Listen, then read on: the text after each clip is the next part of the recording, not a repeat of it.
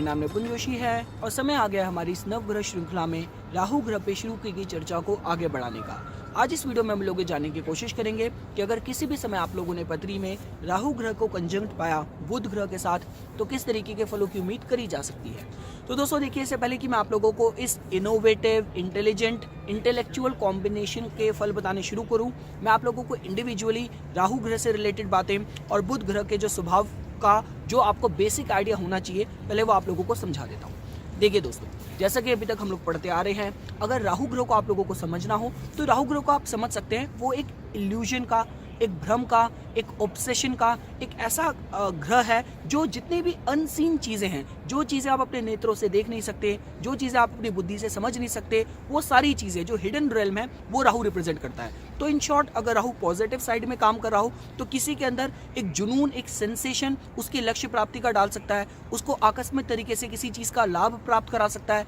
बहुत ज़्यादा यश, कीर्ति, फेम दे सकता है। अगर नेगेटिव साइड में काम कर रहा हो तो जितने भी हम लोग क्रिमिनल टेंडेंसीज को देखते हैं, जितने भी एडिक्शंस को देखते हैं, जहाँ पे आपकी जो जजमेंट क्लाउडेड हो जाए, आपको मिसगाइड कर दे, तो वो भी हम लोग राहु से जुड़ी नेगेटिव एंटिटी की तरह जोड़ के देखते हैं। मैंने आप लोगों को बहुत बार बताया है कि पत्री में केतु की स्थिति बताती है कि पास्ट लाइफ से क्या एक्सपीरियंस, क्या टैलेंट्स आप लेके आए हैं। राहु की स्थिति, राहु की जिस राशि में स्थिति है, जिस ग्रह के साथ कंजंक्ट है, उससे हमें पता चलता है कि पास्ट लाइफ के जो एरियाज थे जहाँ पे काम करना रह गया था, जो पेंडिंग एरियाज हैं जहाँ पे हमको इस जन्म में काम करना है, जिस वजह से हम लोग राहु की स्थिति से रिलेटेड हम लोगों को हमारे इस लाइफ के जो अपॉर्चुनिटीज़ हैं, जो ड्राइव हैं, जो ग्रोथ है, हमें उसके मौके पता चलते हैं। तो ये दोस्तों हो गया राहु ग्रह से रिलेटेड एंटिटीज़ जो आप लोगों को पता होनी चाहिए। अगर हम लोगों को बुध ग्रह के बारे में समझना हो तो देखिए, बुध ग्रह बहुत ही एक इंटेलिजेंट ग्रह है जिसको हम लोग जोड़ के देखते हैं इंटेलिजेंस से। आपके अंदर कितनी बुद्धिमत्ता है, कितना आपका रैशनल माइंड,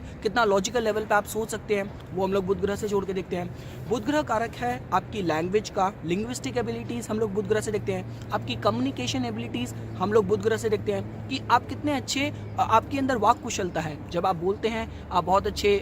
इंटेलिजेंट और बहुत ही कहते हैं विजडम वाली बातें करते हैं, या बहुत ज़्यादा मजाकिया स्वभाव के हैं, बहुत ही हास्य प्रिय आपका स्वभाव है, या जब आप बोलते हैं तो बहुत ज़्यादा कस वर्ड्स यूज़ करते हैं। तो ये सारी चीज़ें भी हम लोग बुध ग्रह से जोड़ के देख सकते हैं। तो इन शॉर्ट, जितनी भी फाइनेंशियल हैंडलिंग्स की बात की जाए, व्यापार बिजनेस की बात की जाए, ये सारी एंटिटीज़ हम लोग बुध ग्रह से जोड़ के देखते हैं। अब देखिए दोस्तों, अगर किसी भी समय आप लोगों ने पत्री में राहु ग्रह को बुध ग्रह के साथ कंजंक्ट पाया, अब जैसा कि आप लोगों को राहु ग्रह का स्वभाव तो पता है, राहु का जो स्वभाव है वो आपको एक्सट्रीम में ही समझना पड़ेगा, पॉजिटिव और नेगेटिव साइड में। अब जस्ट बिकॉज कि राहु की तो आदत ही है किसी भी ग्रह को अपने ग्रास्प में लेना, और जब राहु की ग्रास्प में एक ऐसा ग्रह आ जाए जो कि इंटेलिजेंस का कारक है, तो उसके जो पॉजिटिव साइड होती है वो क्या हो सकती है, पहले मैं आप लोगों को वो बताता हूँ। तो देखिए दोस्तों, जब हम लोग पॉजिटिव साइड में बात करते हैं तो ये लोग बहुत ज़्यादा इंटेलिजेंट होंगे, दैट इज़ फॉर श्योर। क्योंकि देखिए होता क्या है, अगर बुध कारक है आपके रैशनल माइंड का, जो चीज़ आप तर्क से समझ सकते हैं, लॉजिक से समझ सकते हैं, तो सोचिए उसे लॉजिक के साथ अगर आके अनसीन और आपका ये एक सबकॉन्शियस इमेजिनेशन, इंट्यूशन भी आके मिल जाए, तो इंसान कितना ज़्यादा इंटेलिजेंट हो जाएगा। तो यही वजह है कि जितने भी जो लोग साइंटिस्ट होते हैं, जो लोग बहुत ग्रेट इन्वेंशन करते हैं, उन सारी इन्वेंशन के पीछे उस इंसान के ब्रेन में और इन्फ्लुएंस में कहीं ना कहीं आप लोगों को राहु की इन्वॉल्वमेंट मिल जाएगी। और जस्ट बिकॉज इंटेलिजेंस अगर इन्वॉल्व है तो बुध तो होगा ही होगा, लेकिन जहाँ आविष्कार हो रहा है तो वहाँ पे राहु भी इन्वॉल्व हो जाएगा। तो इसका मतलब ये लोग बहुत ज़्यादा इंटेलिजेंट हो सकते हैं। फ़र्क सिर्फ ये आता है दोस्तों कि देखिए, इनको काफ़ी बार जिस तरह पे सोच रहे हैं, क्योंकि इनकी जो थिंकिंग होती है, जो सोचने समझने का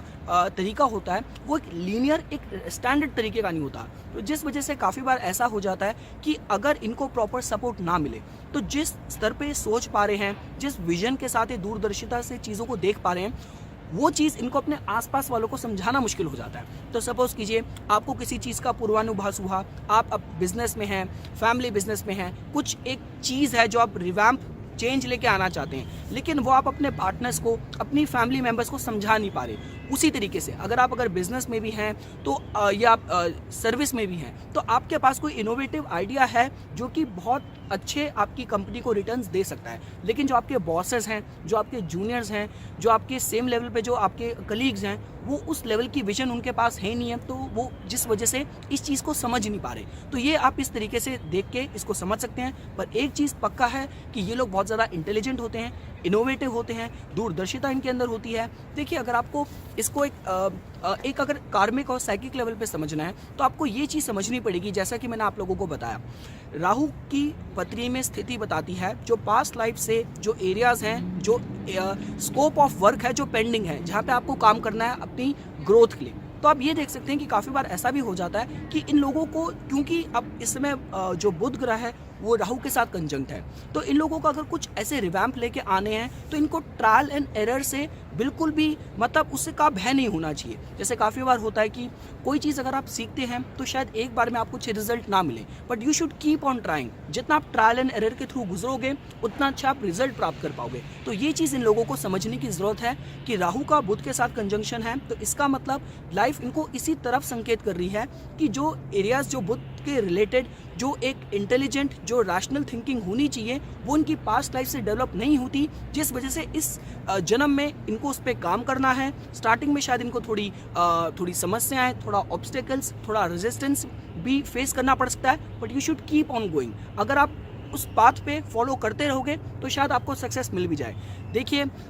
आप अगर कुछ ट्राई करते हैं, कुछ अटेम्प्ट करते हैं, उसमें गलती होना वो प्रॉब्लम की बात नहीं है। प्रॉब्लम की बात ये है कि जो गलती हुई आपने उससे क्या सीखा या नहीं सीखा। तो आप इस तरीके से दोस्तों जोड़ के देख सकते हैं। अब दोस्तों देखिए, अगर हम इसकी नेगेटिव साइड समझनी तो जितने भी जो लोग आपके आजकल के जो समय में सुनने में आता है कि उसने वो फ्रॉड कर दिया, उसने वो पॉन्जी स्कीम निकाल दी, तो इस तरीके का जो किसी का अगर नेचर हो सकता है, किसी का स्वभाव हो सकता है, तो वो भी आप इस कंजंक्शन की नेगेटिव साइड की तरह जोड़ के देख सकते हैं। क्योंकि देखिए,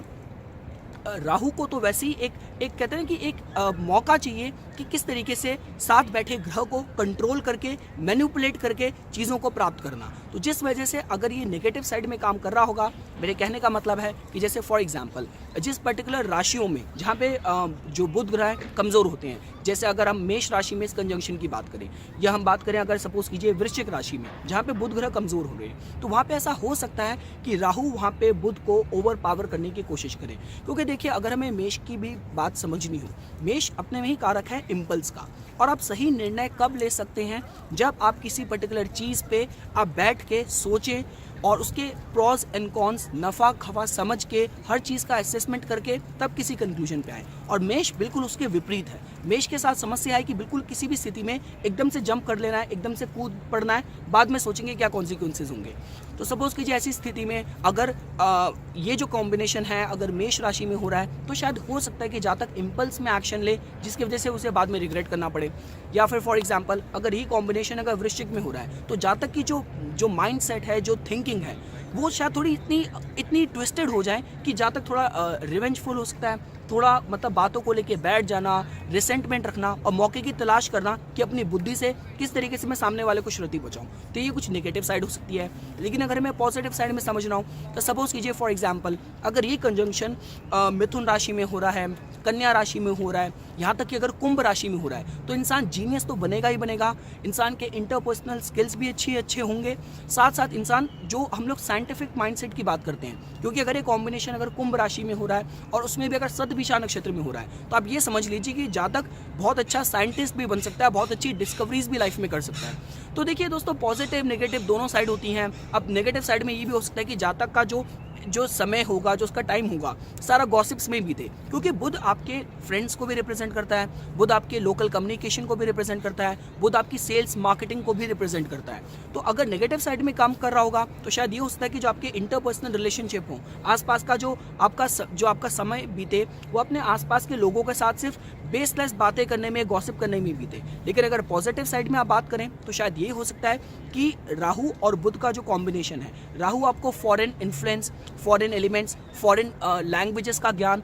फॉरेन एंटिटीज़ के साथ बिजनेस से लाभ प्राप्त करना, या जो आपके फ्रेंड्स हो वो भी फॉरेन लीनिएज के हों, इस तरीके से राहु आपको लाभ प्राप्त करा दे, आप ये भी देख सकते हैं। तो दोस्तों देखिए, अगर मेरे को इसको इन अ नटशेल अगर समराइज करना हो तो राहु और बुध के कंजंक्शन को मैं एक बहुत ही इंटेलिजेंट कॉम्बिनेशन कहूँगा। और साथ ही साथ किसी भी कंक्लूजन में आने से पहले आपको ये देखना है कि जो इस पर्टिकुलर भाव में कॉम्बिनेशन बन रहा है, कंजंक्शन बन रहा है, उस भाव के लॉर्ड की स्थिति कैसे है, क्योंकि उससे डिसाइड होगा कि पत्री में राहु की स्थिति कैसे होने वाली है, राहु मजबूत हो रहा है या राहु कमज़ोर हो रहा है। और अगर हमें दोस्तों इस पर्टिकुलर कॉम्बिनेशन के साथ अगर हमें रेमेडीज़ की भी बात करनी हो, तो मैं जो ज्ञान के, जो बुद्धि के कारक कारक होते हैं वो लॉर्ड गणेश ही हैं। तो मैं ये बोलूँगा कि जितना आप अपने को भगवान गणेश को समर्पित करें तो जो आपकी बुद्धि है, चाहे वो रैशनल माइंड जो कि आपका बुद्ध है, जो आपकी अनयूजुअल थिंकिंग, जो विजनरी थिंकिंग, जो कि साइंटिफिक थिंकिंग, जो कि राहु है, वो दोनों मिलकर आपको सही तरफ ही डाइवर्ट करेगी, सही तरफ ही गाइड करेगी।